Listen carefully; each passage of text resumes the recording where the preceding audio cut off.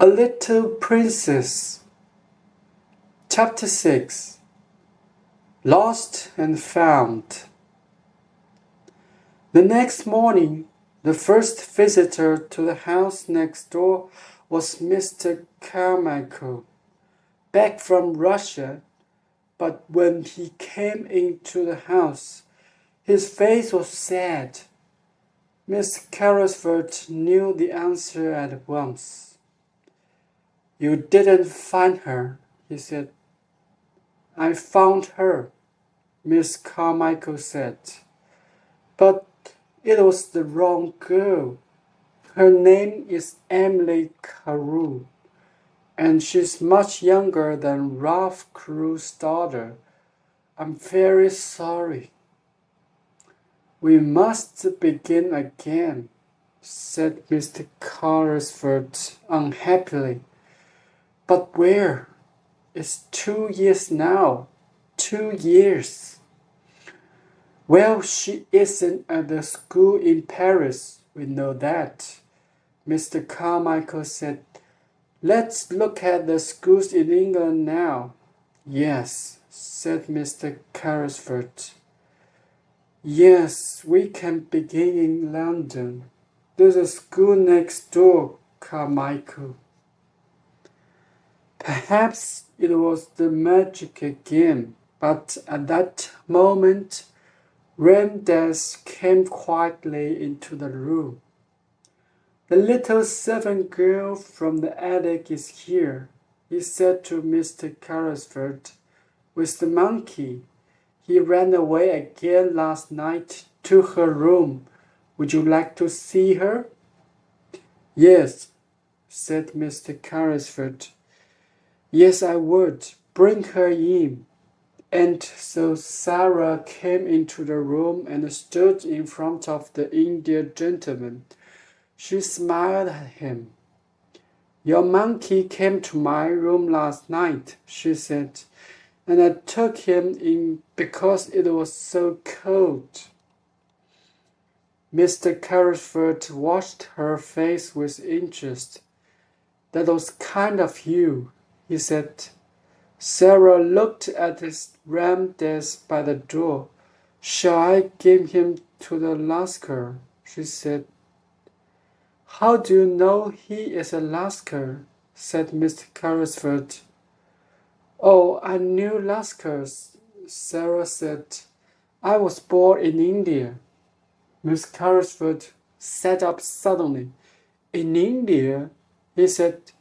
"But you are servant at the school next door." "Yes, I am now," said Sarah, "but I wasn't at first." The Indian gentleman looked at Mr. Carmichael, and then Mr. Carmichael looked at Sarah.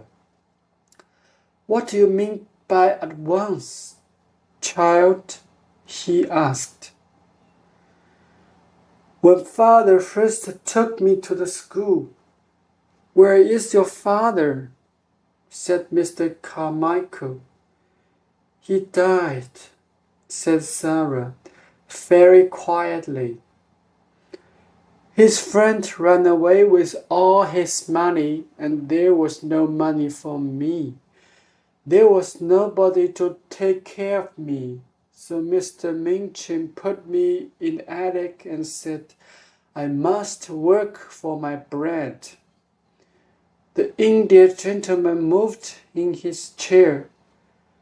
What was your father's name?" he said. "Tell me." Sarah looked at him sadly. "Ralph Carew," he said. "He died in India from a fever 2 years ago." Mr. Carrisford's face went very white. "Carmichael," he whispered. "It was the girl, the child." That was an exciting day for many people. At first, poor Sarah did not understand. But Mr. Carmichael talked to her quietly and told her everything. The true story about her father's friend and the diamond mines, and the 2 years of looking for Ralph Crew's daughter. And all the time, she said later to Mr. Carrisford, when they sat by his fire, I was in the house next door. Tom Carrisford took her hand. Yes, he said, and you are never going back there. Your home is with me now. I'm going to take care of Ralph's little missus. Sarah laughed happily. And you were the friend too. All those beautiful things in my attic came from you. You and Ramdas, Becky and I thought it was magic. The Indian gentleman smiled at her. We were sorry for you, he said. Ramdas moved very quietly, and he carried the things across the roof when you were out. I couldn't find Ralph's daughter, but I wanted to help somebody. And then Ramdas told me about this sad, lonely little servant girl in the attic next door. And so the story ended happily for everybody, but not for Miss Minchin. Sarah was very rich now, and Miss Minchin wanted her to come back to the school. She came to see Miss Carrisford, but he said some very angry things to her, and she went away with a red face. Becky came to live in Miss Carrisford's house too. She was Sarah's servant, and she was very happy. She had a warm room, nice dresses, and good things to eat every day, and she loved Sarah very much. Ermengarde often came to visit Sarah, and Sarah helped her with her school lessons again. Ermengarde was not clever, but she was a true friend.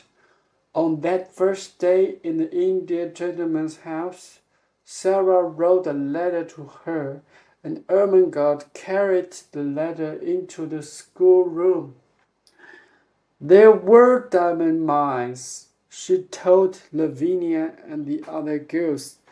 There were millions and millions of diamonds in the mines, and half of them were Sarah's.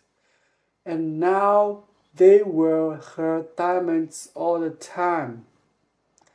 When she was cold and hungry in the attic. And she was a princess then, and she is princess now.